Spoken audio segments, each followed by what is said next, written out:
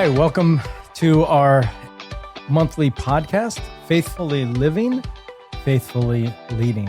I'm so excited that you're tuning in once again and learning and growing. It's always a joy to be together. I learn a lot from everyone each month.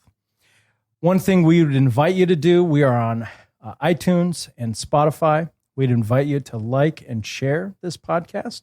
Also rate and review it. That just helps others get out and learn and listen as well. And then also gets us so that more people can learn from our wonderful, wonderful guests.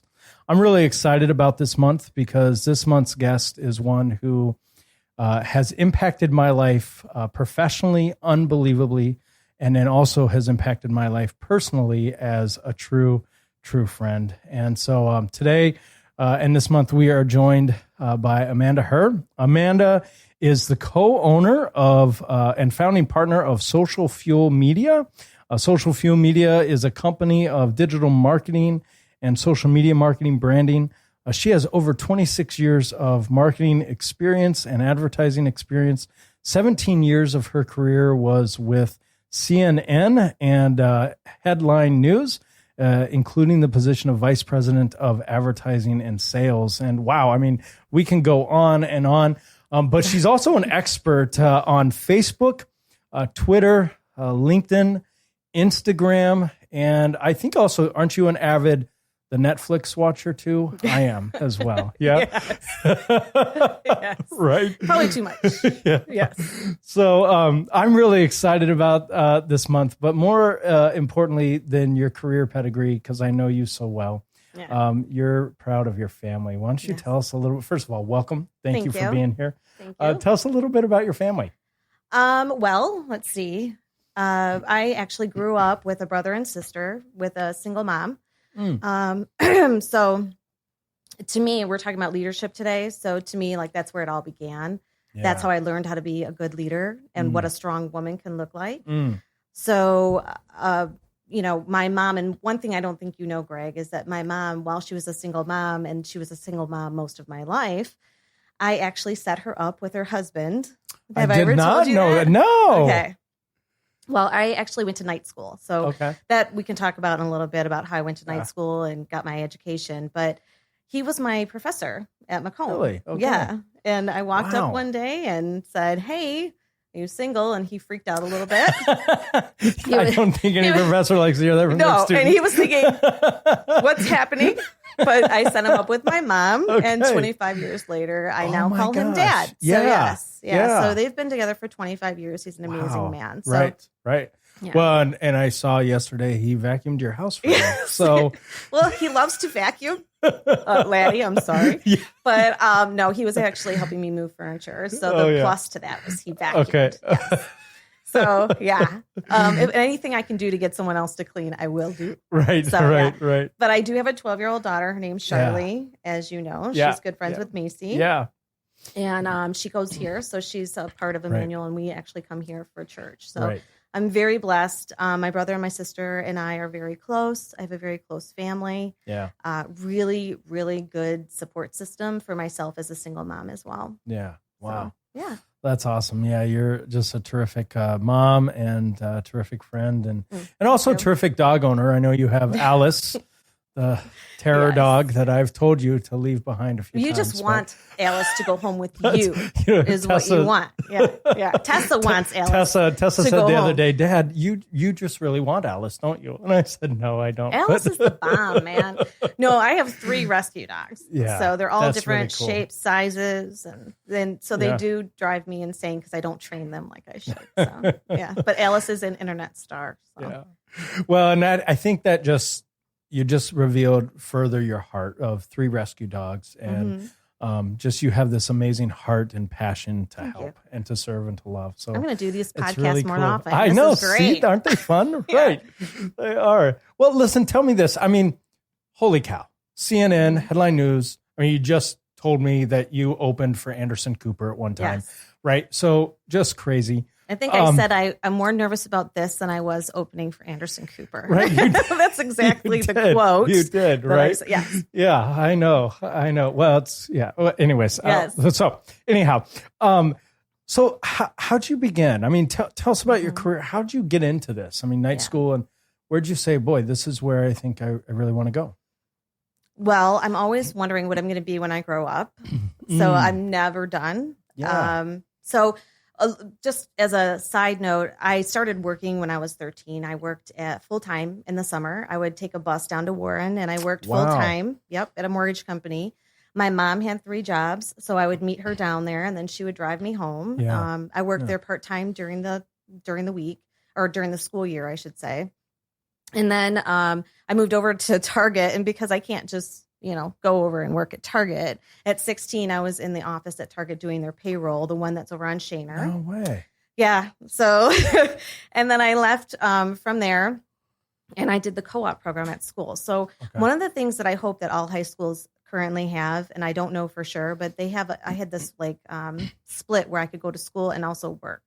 So I worked in an office for 5 years. So for my high school career, but then after that, I went to, and I was running their office, of course, because I can't just, I'm one of those doers. And then I left there, and I ended up, long story short, over at Campbell Ewald, which was the agency for General Motors, right? Largest agency in Detroit, actually I think it was one of the largest ones in the country. And I was a secretary, and I actually just thought I was going to be a secretary because college wasn't a thing for me. I didn't take the ACTs, didn't take the SATs. I know now that, they follow up with those types of things, but I didn't see that in my future. Sure. So I was a senior secretary, and I actually started leading there women who were a lot older than myself. I was 19 or 20 at that time. And I was a senior secretary. They then lost the business for General Motors. And because I kept asking for more to do, and this is one thing I know, like you were going to ask me, what would you tell someone now getting into business, not to jump forward, but because I'm taking over now, as I do.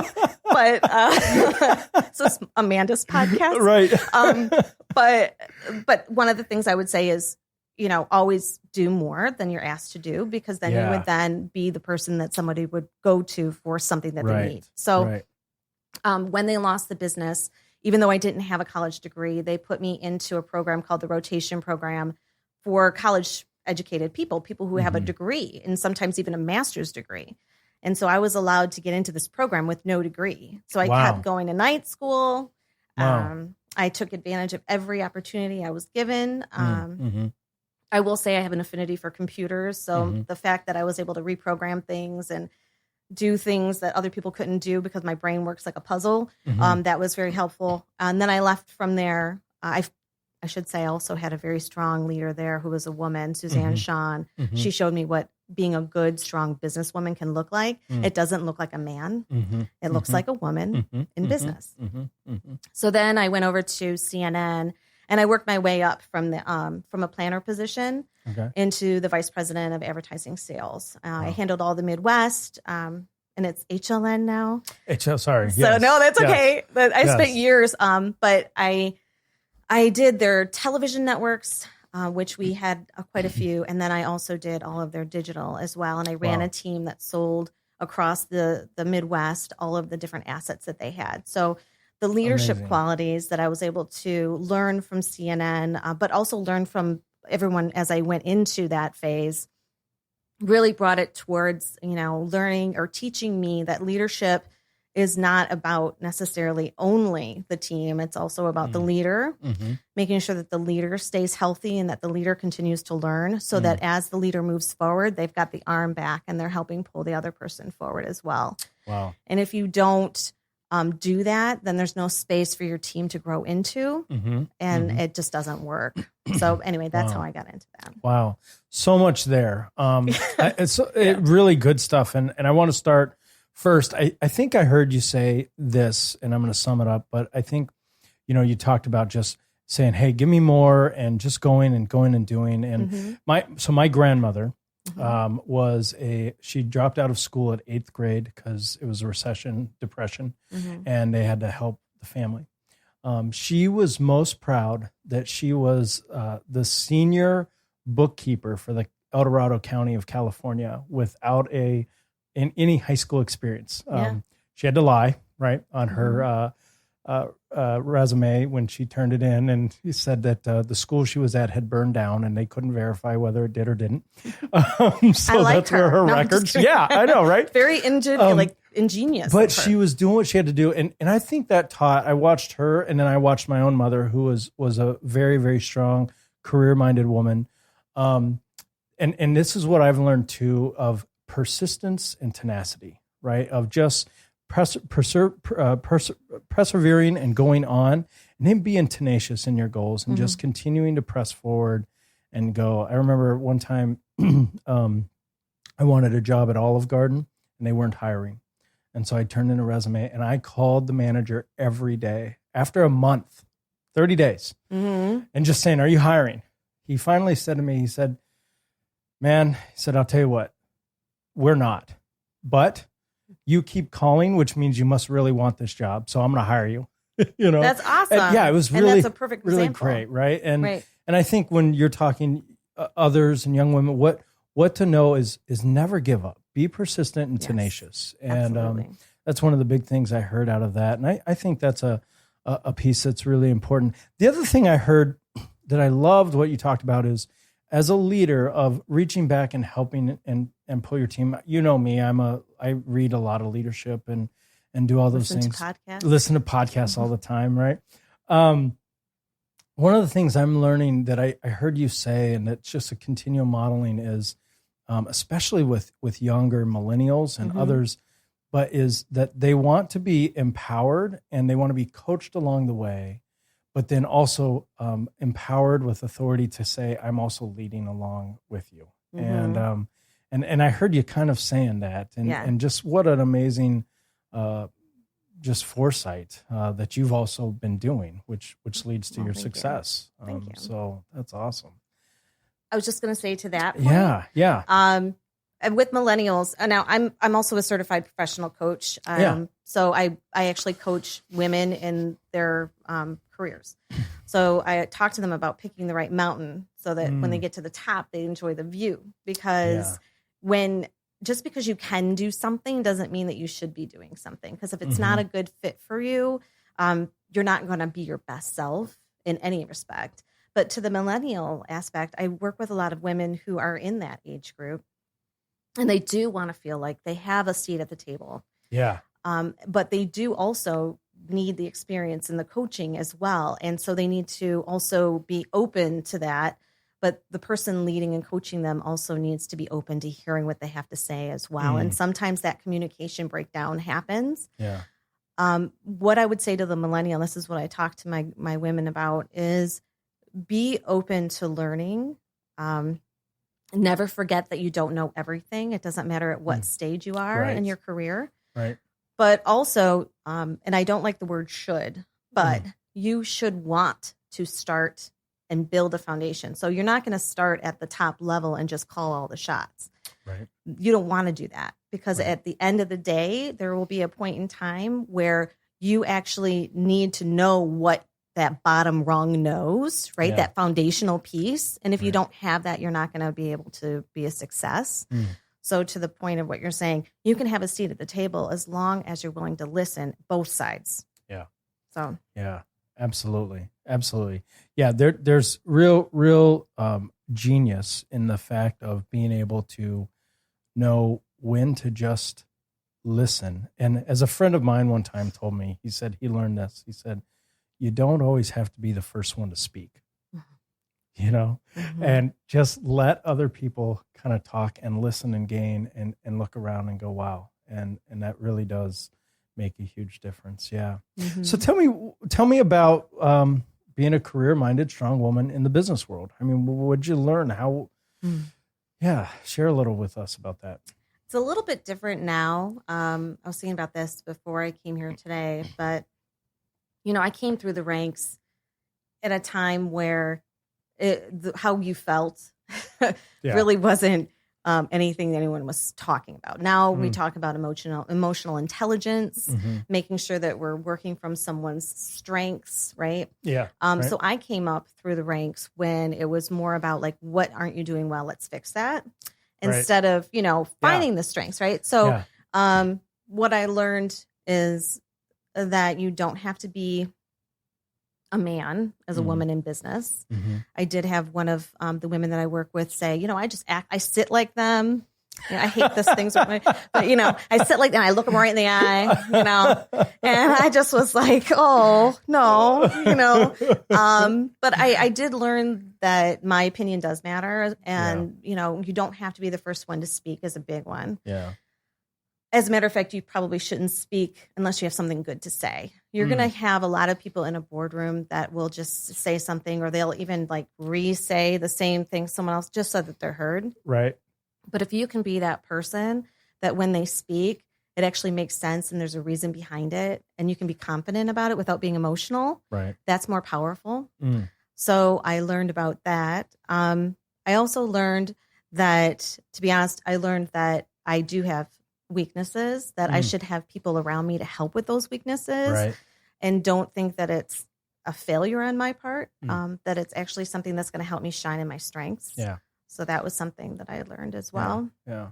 And also, I will say, for many, many years, I was the only woman. So, I have seen and heard a lot of different things in advertising, obviously. But I will say that looking past gender, while gender, there's differences, being a woman, I think, is a powerful thing at the table. I think that you don't forget that you're a woman. I think that you use it to your strengths. You bring something that no one else can bring in that respect. But there is a time for just saying, okay, we're all humans. We're all sitting here working on the same problem. I have this strength. You have that strength. Here's where we can help together and work together, even though our perspectives might be a little bit different just because of who we are. Yeah. So there's a space for that too. Interesting. So, yeah. Well, I want to dive into your new ventures, right? Social fuel and working through that. You are not only this amazing marketing person who has just really just broken through, but you are clearly an entrepreneur. I mean, I have, for better or worse. Yeah, no, it's great. It's really funny because when you and I actually get together and start kind of dreaming, I actually feel bad for the teams around us because, we're like flying a mile a minute and they're like, how do we do this? And we're like, we don't care. Right, exactly. Let's go.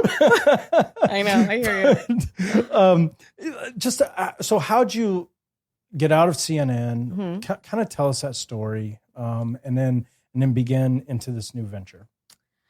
Well, I had been obviously at CNN for 17 years. Excuse me. And while I enjoyed what I was doing, I was challenged by what I was doing, but I did have a daughter at home, and I traveled quite a bit because I was the one that was helping the team. I was running a team to write the headline news story and, sell it out nationally. I was kind of like running this big show, and I was never home. So I decided, to start saving so that I could leave. I just didn't know what it was going to be. Right. So all of a sudden, I think I've told you this before, I started taking things off the walls of my office, and I didn't know why. I was just taking them off the wall. I had an empty office. People kept coming in and they're like, what's happening? They were all freaked out because I had all this, I had stuff, right? I can imagine. Yeah. And then it was, right. I know. Yeah. Alice isn't the only crazy one. So they would come in, and so I didn't know what was going on. And then it came to a point where I did start training as a coach just to see what it was all about. But it came to a point where I could not stay. I literally physically could not stay. It just was something like making me go. So I gave my notice without an idea of exactly what the heck I was going to do. Yeah. At the time, Charlie and I had started going to church. Yeah. But it wasn't like I was like, oh, this is God telling me to leave. Right. It was just like, I'm leaving. I don't know, I'm going to go now kind of a thing. I gave them 3 weeks. They were shocked, which was great because it meant that they cared. But so I left, and about 2 weeks after I left, I got a phone call from Shannon Meyer, who was a teacher, my daughter's first grade teacher. And she said, they're looking for some marketing help at Emmanuel. And I was so burnt. I was just like, oh, I don't know, and then I thought, okay, I'm going to check it out. So I called you. Yeah. And I always say that I feel like I took a giant leap and I landed in God's palm because really it was a faith-based thing where I started to work here. My faith has grown through working with Emmanuel. My whole business started, on my own when I was working with Emmanuel. All of that treed from making that one decision and just leaving. And I really feel like God was saying that I needed to go to do something else. And I'm hoping that I'm helping the kingdom that way. Yeah. So, yeah. Yeah. Long story short. it was awesome. I still remember you coming. Well, I remember first Shannon Meyer coming into my office and saying, hey, we've got this lady, Amanda. And I said, oh yeah, I know Amanda. Cause I remember you from our membership classes. Right. The loud one. Yeah. Yeah. Yeah. And I'm sitting there and she says, she just, and I honestly didn't know. I didn't know what you from membership classes. I didn't know what you did. I didn't know any of that stuff. And Shannon goes, well, you know what she used to do? And I said, no. And she said, well, she was at CNN vice president of marketing. And she said, and Shannon said, I know we've been talking about trying to get our name out there a little bit better. And she said, Amanda might be great. And it was one of those moments where Shannon left and I thought, wow, this would be cool. And then I thought, churches and marketing this was 2000, maybe what? It was about 5 years ago. 5 years ago, 2012. So I would just become the senior pastor here. Yeah. And I thought to myself, okay, I'm either going to get fired really quickly by saying we're going to do marketing in the church. Well, right? I remember. Yeah. Because I think we even had the talk of saying we can't call it marketing. Yeah. We're just going to say we're just telling people about Jesus. Right. Yeah. Right. We're just using marketing stuff. Yeah. But it was like a 4-letter. I kept saying it was like a 4-letter word, marketing. It was, yeah. And now, I mean, now I look and it's kind of like if you're a church out there and you're not doing marketing, you don't have a marketing person there, then you're really missing out. And it's been awesome to see what God has done and to see just the growth of that. And I think you're right. When I heard the leap of faith you were taking, to be honest, I just said, she's got a stronger faith than me. Cause I thought you were going to say what's wrong with her. No. I was just so unbelievably impressed. I mean, it just was an amazing. Let me ask this. So, been 5 years and your success has taken off. Yeah. Right. I mean, it's really, really humbly, going. I'll say yeah. Yeah, no, it really has. Yeah. Watching you, but let me ask this question. So knowing what you know and Facebook and all the social media pieces, what's something you see that's missing in the role of marketing in the church today? And then why is that important? Why should we care? Okay. Well, before I go on, I do want to mention, I do have a business partner named Michelle Rakowski who also helps me with all these things. Yeah, so I just want to make sure. Give big shout out to Michelle. She's amazing. What's missing for the church, and it's really easy. It's marketing. A lot of times, still, the churches that are growing are out there telling people about Jesus, and they're doing it through modern vehicles like social media, like making sure that their website is SEO or search engine optimized. So making sure that they're found organically, meaning they don't have to pay for an ad or even paying for a Google ad, which I'm not a huge fan of sometimes, but there's a place. Excuse me. I will say that what's also, I think, maybe missing a little bit in the conversation about marketing is that sometimes that there's a communications person on site, which is fantastic, but they're communicating internally and they're not communicating externally. So when I came to Emmanuel and with some of the churches, because we've been blessed to be able to work with other churches around the country now too. And it's kind of a passion. It is my passion really to be able to work with these churches and help them, churches and schools. And what's missing is that they're not speaking out too. So I view marketing as a go out and tell. So Jesus told us to go out and tell. He didn't say, hey, I got a secret, right? Right. He said, go out and tell. And if you don't tell people and make it accessible for people, they're never going to know what you have to offer.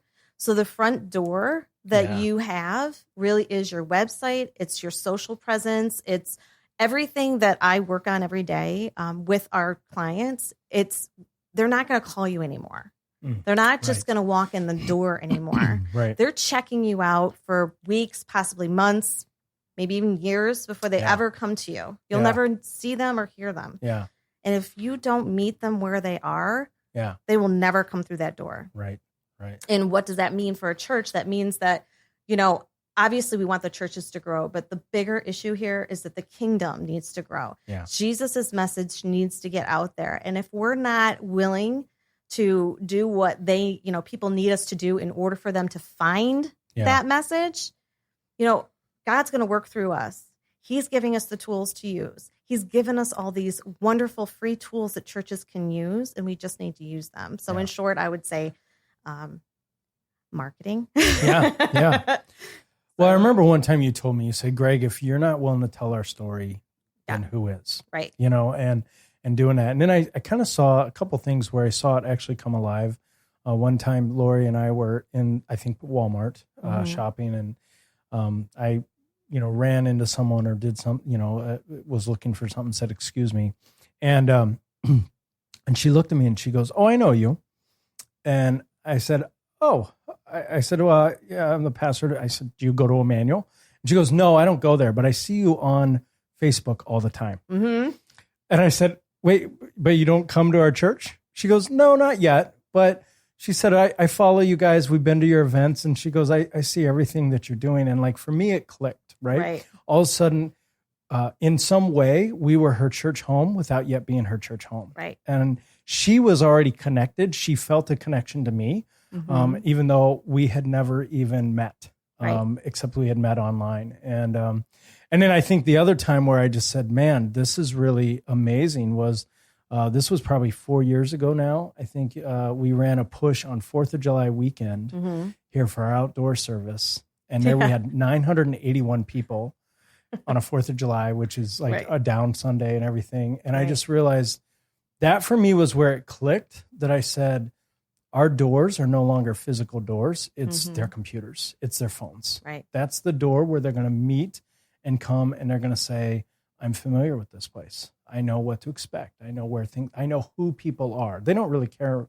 so much, I think, about where things are as much as they want to know who. They already feel like they have a relationship. And they feel comfortable. So like if they do come through that door, they know it's Pastor Greg or Greg, and they can say hello and talk to you. And they saw you at a Walmart or whatever, and they felt comfortable, right? Right, yeah. Luckily, I hadn't been yelling at my kids. Yeah, right. I know. I'm always reticent of that because, I'm online too. So I'm like, but it is important to note that you're talking to the one person that's behind the screen. You're not talking to thousands of people that you're trying to reach. You're talking to that one person. So you really need to, and you do a great job, and everybody here does, but they do a great job of speaking to that person. Because remember, a lot of times people who have fallen away from church or who aren't as familiar with church or whatever, they have some baggage. All of us are sinners. They think that they're the only ones. So they don't really realize that that story is not over, right? Yeah. So they're afraid to come through that door. I used to make the joke, if I walk into a church, the walls will fall down. Right? Because everybody's got their thing, right? Yeah. But you're talking to that one person who needs to hear you, and God is working through you, through that computer, right? Or that cell phone or whatever, to touch their heart the way that they need to be touched in the heart so that they can hear what needs to be heard. And they can feel like God doesn't hate them. God's not the spiteful God that's going to take it out on them, that they can come through those church doors and they can find salvation. And that is what I'm passionate about. That's why I'm so excited to be able to work with the churches that I do. So let me ask this. This wasn't on our pre-interview question list. I'm just going to go off now. Yeah, you can. So let me ask this question, because I think there might, and maybe I'm wrong, but I think there might be a generational disconnect. So how would you, for the generation that really doesn't see, we've just named one of our pastors our online pastor, right? So, a whole new level of saying, hey, you're not really worrying so much about physically here as much as the world, like online, right? Right. But how do you help a generation that, and a multifaceted generation, which is all churches, how do you help a generation that doesn't see social media marketing as really necessary, or kind of understand why that's a big push? And yet I just was reading the Generation Z, who do not want to be called millennials. Generation Z is actually the first generation where the internet has always been a part of their life. And so for them, social media, internet, they don't think, oh, what was it like? Because they just never know. They don't even realize, know. They don't realize that that's not always been there. I've never not been able to microwave something. Right, right. Like, I've never not owned a car, right? I've never not seen a TV, right? So how do you, I guess, just in your experience, how do you help those generations kind of understand that there is a new value there that needs some time and priority? Yeah. We actually, I come up against this quite a bit. Now, 65 plus is actually the fastest growing demographic because, again, it's a percentage thing. So they weren't on it, now they're going to get on it, but they are getting more comfortable with it. I will say that some people just are hardcore not going to do it. I think it's 72% now of all of the U.S. are on Facebook. Wow. And the ages vary, but it's more of a middle-aged type of thing. But how do you help them? I guess in this respect, so if you're talking about church marketing specifically, in this respect, helping them understand why it's important, I would ask, if they felt like it was important to reach people who are outside the kingdom. And if they said, yes, it's important to reach people who are outside the kingdom, then I would say one of the easiest ways, more personal ways, one of the ways that people will trust you more is to reach them through the digital aspects, such as a website, such as your Facebook or any social. That is what's going to get personal and actually be able to talk to that person before they're ever going to walk through the door. Wow. They're going to 1% response on a direct mail. You know how I feel about, sorry, Terry, about direct mail, right? But what is a way that you can create a relationship, right? And then also you were talking about Nikolai, the online pastor here, growing that audience. And what does it matter if somebody who is in Europe is watching Emmanuel, but they're seeing the message and they're communing with Jesus and they're having a moment with God? What does it matter if they're in Europe or if they're sitting here? Because at the end of the day, our goal is to get the word out, right? Yeah. Literally get the word out. Right. And it doesn't matter where I'm sitting. Right. So it's important. So if you ask me, how would I get those people to pay attention and see the value in it? Is there value in growing the kingdom? And if there is, this is the way that we can do it. Yeah. Oh man, I love that answer. I love that. Thank you. That's great. Hey, let me ask this. What is something you think social media can do that most aren't using it for? Creating relationships. Really? Yeah, absolutely. I'm guilty of this too, because a lot of times you're looking at me like I'm crazy. Wait, well, here's what's fascinating, right? Yeah. Most have said social media has actually disconnected the world. You're saying that actually it can connect the world. It can connect the world, but what's not being done right now is it's not being used correctly. That's what's happening. Okay, so it can create relationships like what we've been talking about, right? Okay. But if you're not, and this is what happens a lot of times, is there's so much to talk about. Yeah. And this is where I fall faulty too sometimes. There's so much to talk about. I become a PR thing. I'm talking at people.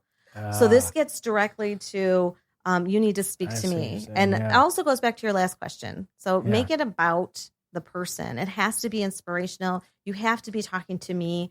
I'm choosing to actually stop and interact with Emmanuel. I'm choosing to stop and be a part of the conversation that you're having. Because I chose it, you need to make it about me. So that's how you build a relationship. So if I came to you and I started talking to you and I just kept talking, you were like, hey, you would never want me to come back on a podcast, right? right? I would. No, I would. So that's the thing. You have to use it correctly, and then it can be just as strong as if you met that person in person. Wow. And that you can have the loyalty, a base that's global, that literally feels like your living room if you use it correctly. We've been talking about ways to do that here. Nikolai's got some great ideas, but digging into the word deeper can happen on my own time because I have this platform and that relationship is being built. Whereas if I'm just like, hey, guess what? This is coming up. That's coming up. Guess who we are, what we believe, blah, blah, blah. Where am I in that? Where do I fit? Yeah. So if you show me where I fit and I can become part of the conversation, then we've got a relationship. But that's not always happening. No. So bringing this full circle, what I'm hearing too is first, right, using social media to build a relationship, which relationships actually happen when we have compassion and empathy for wherever a person is, right? Mm-hmm. But then two, using social media to actually listen. Yes, absolutely. Which is all where we began, right? What's the best thing to do? Sit at the table and listen, right? Don't always speak, but listen and doing that. Really fascinating. I also heard, which I'll tell my wife, that you said I need to be on social media more, which is awesome. Lori, I'm so sorry. Yeah, right. Oh my gosh. Wow. That not just this part of you. Yeah. Like where's Waldo? That's become my signature. I know.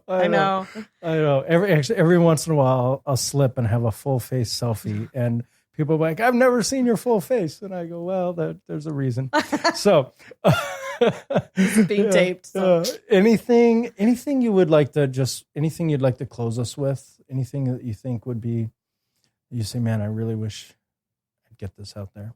If we're talking about leadership, and specific to churches, because obviously this is what we're talking about, it's faith. Leadership-wise, and also the leadership needs to embrace these things. Sometimes it's like knocking your head against a wall to try to get change done, right? Mm-hmm. I fear, because obviously I always hear, not always, but I hear a lot of, the church is shrinking, or it's getting smaller and there's no growth, or, they say that about even the LCMS, they'll say that about, right? Right. What I fear is that leadership wise, we don't have a leadership or in a leadership realm, you wouldn't have someone who would see the possibilities of the whole globe. God didn't just create the U.S. No. Okay. He created the entire world. Right. And there's an entire world of people who are hurting and who need faith.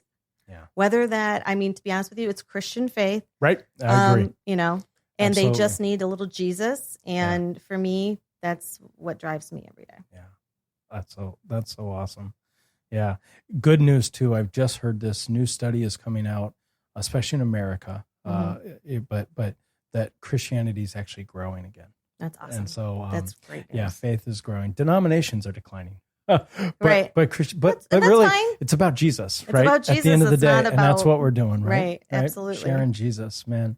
Well, Amanda, this has been so much fun. I I could do this all day. We do. Nikolai's like, no. We do. Once again, thank you so much for joining us. Thank you. And thanks for leading us to show what it is to be faithfully living and faithfully leading. Again, listeners out there, share this. Make sure you get this out there. Share this through Facebook or social media, any platform that you're using, and get that out there. And then rate and review this podcast. We are on iTunes as well as Spotify.